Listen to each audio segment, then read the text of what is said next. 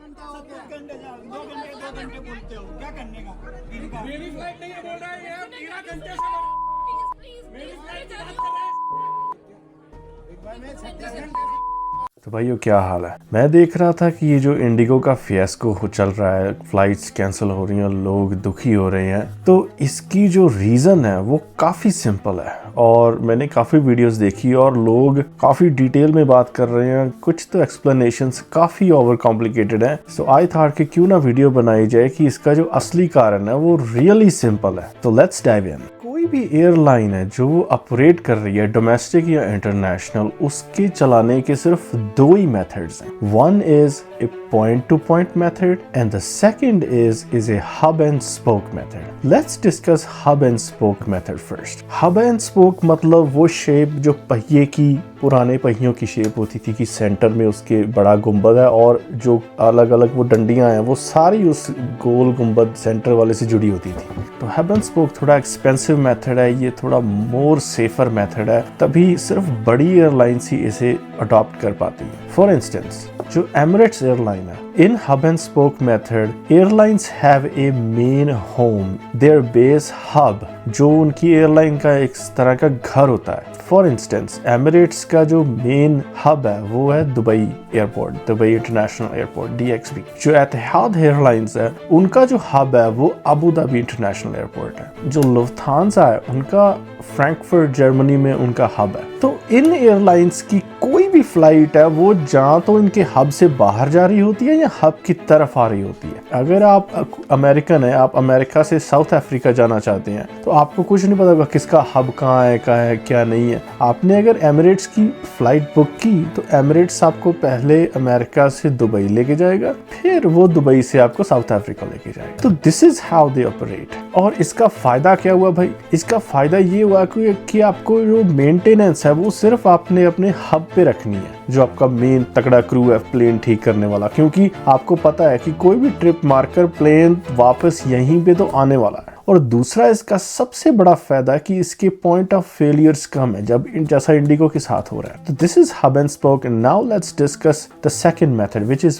Point two point system. ये method वो airlines ज्यादा अडॉप्ट करती हैं जो थोड़ा चीप चलती हैं, जो सस्ती एयरलाइंस है, फॉर लाइक इंडिगो, और अमेरिका में भी क्या है, कुछ स्पिरिट है, फ्रंटियर है। तो इनमें क्या होता है कि आपका कोई बेस हब नहीं होता, आपके पास जहाज है एक जैसे, वही आपको दिल्ली से हैदराबाद लेके जाएगा, फिर वो हैदराबाद से वही प्लेन कोलकाता जाएगा, कोलकाता से वो लखनऊ जाएगा और लखनऊ से वो दिल्ली आ जाएगा। कोई उनका मेन हब से आना जाना उनका नहीं हो रहा होता। तो एक प्लेन आपको 5-6 डेस्टिनेशंस उनकी आगे से आगे कवर करता है। उसमें प्रॉब्लम ये है कि आपको आपके बेस का खर्चा नहीं उठाना पड़ता, कि जो आपका होम एयरपोर्ट है तो तामझाम बड़ा नहीं है, तामझाम छोटा है। पर उसमें सबसे बड़ी प्रॉब्लम ये है कि अगर आपका वो जहाज खराब हो गया, अगर वो दिल्ली से हैदराबाद नहीं पहुंचा, तो वो जो हैदराबाद से कोलकाता वाली फ्लाइट थी वो भी उस पे टिकी हुई थी, वो भी कैंसिल हुई। जो कलकत्ते से लखनऊ वाली फ्लाइट थी वो भी उस पे टिकी हुई थी, वो भी कैंसिल हुई। और फिर जो लखनऊ से वापस दिल्ली आने वाली फ्लाइट थी उस जहाज पे टिकी हुई थी तो वो भी कैंसिल हुई। तो ये इसका सबसे बड़ा प्रॉब्लम है कि अगर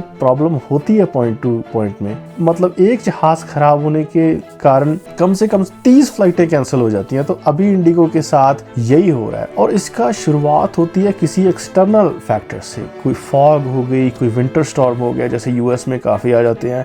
इस टाइम पे इंडिया में इसकी शुरुआत हुई है। एक तो थोड़ा विंटर वेदर भी हो गया, but mostly because of the new DGCA rules कि भाई पायलट्स को रेस्ट जरूरी है, उनको ज़्यादा खींचना नहीं है, जो कि बहुत ज़्यादा इंपॉर्टेंट है क्योंकि they want to minimise the accidents. तो उसकी वजह से इंडिगो ने अगर 1-2 फ्लाइटें भी उन्हें रोक ली क्योंकि पायलट एलिजिबल नहीं है, तो उसकी वजह से सिर्फ एक फ्लाइट नहीं अफेक्ट होगी, उसके बाद आगे वो जो जहाज ने 10 जगह जाना था वो भी फ्लाइट्स कैंसिल होगी। तो इसी वजह से अगर 10 जहाज भी रोके तो उसकी वजह से 200 फ्लाइट्स कैंसिल हो जाती है। तो दिस इज द सबसे बड़ा drawback of point two point system. In spoke and hub method अगर आपके 2 जहाज कैंसिल भी हो जाते हैं तो आपको पता है कि कोई प्रॉब्लम नहीं है, बाकी तो सारे के सारे हब की तरफ आ रहे हैं, जैसे दुबई की तरफ आ रहे हैं और दुबई से वो वापस जा रहे हैं। आप 2 जहाज भेज के उन लोगों को एक बार दुबई ले आओगे, फिर आपको पता है कि दुबई से तो भाई अलग अलग डेस्टिनेशंस में जहाज आपके जा ही रहे हैं। तो वो थोड़ा एक्सपेंसिव मेथड है थोड़ा मोर सेफर मेथड है, जैसे अमेरिका में यूनाइटेड एयरलाइंस है, उनकी डोमेस्टिक है, इंटरनेशनल भी है उनकी डेस्टिनेशन, बट मुझे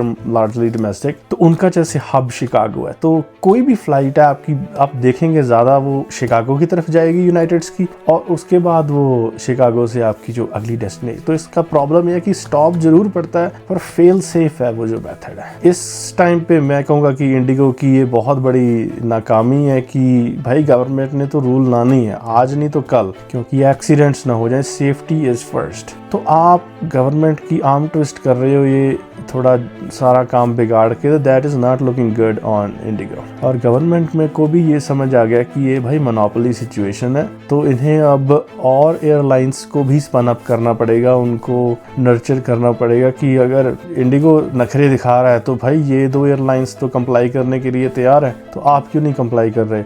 So that's why when there is a competition, the biggest beneficiary is the customer. So that is how I just wanted to explain कि इंडिगो का थोड़ा सा प्रॉब्लम वो आके फिर 20 गुना बड़ी हो जाती है point two point airline method में। So that's all for the video. Thanks for watching.